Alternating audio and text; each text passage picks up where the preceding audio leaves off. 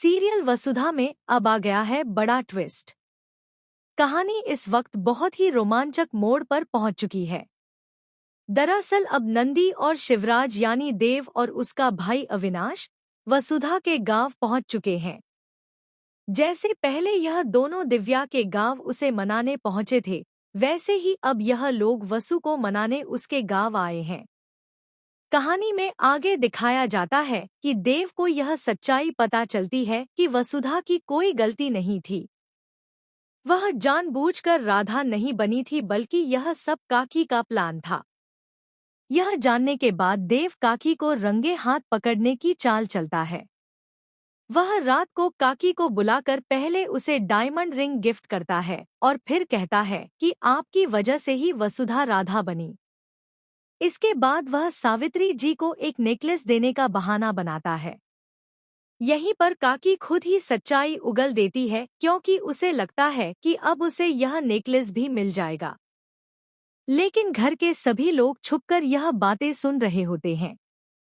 जब राज सबके सामने आता है तो चंद्रिका गुस्से में काकी के कान पकड़ लेती है और सबके सामने उसकी जमकर बेइज्जती करती है।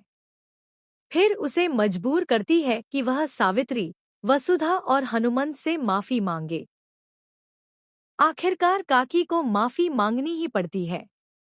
इसके बाद देव सोचता है कि अब वह सुबह वसुधा को मना लेगा। लेकिन जब तक वह उठता है, वसु गांव से जा चुकी होती है। उसे गए 3 घंटे हो चुके होते हैं। यह जानकर देव परेशान हो जाता है और दौड़ते हुए घर से बाहर निकलता है। चंद्रिका उससे पूछती है कि कहाँ जा रहे हो, तो वह कह देता है कि मैंने वसु का दिल दुखाया है और अब उसे मनाने ही जा रहा हूँ। यह सुनकर चंद्रिका हैरान रह जाती है।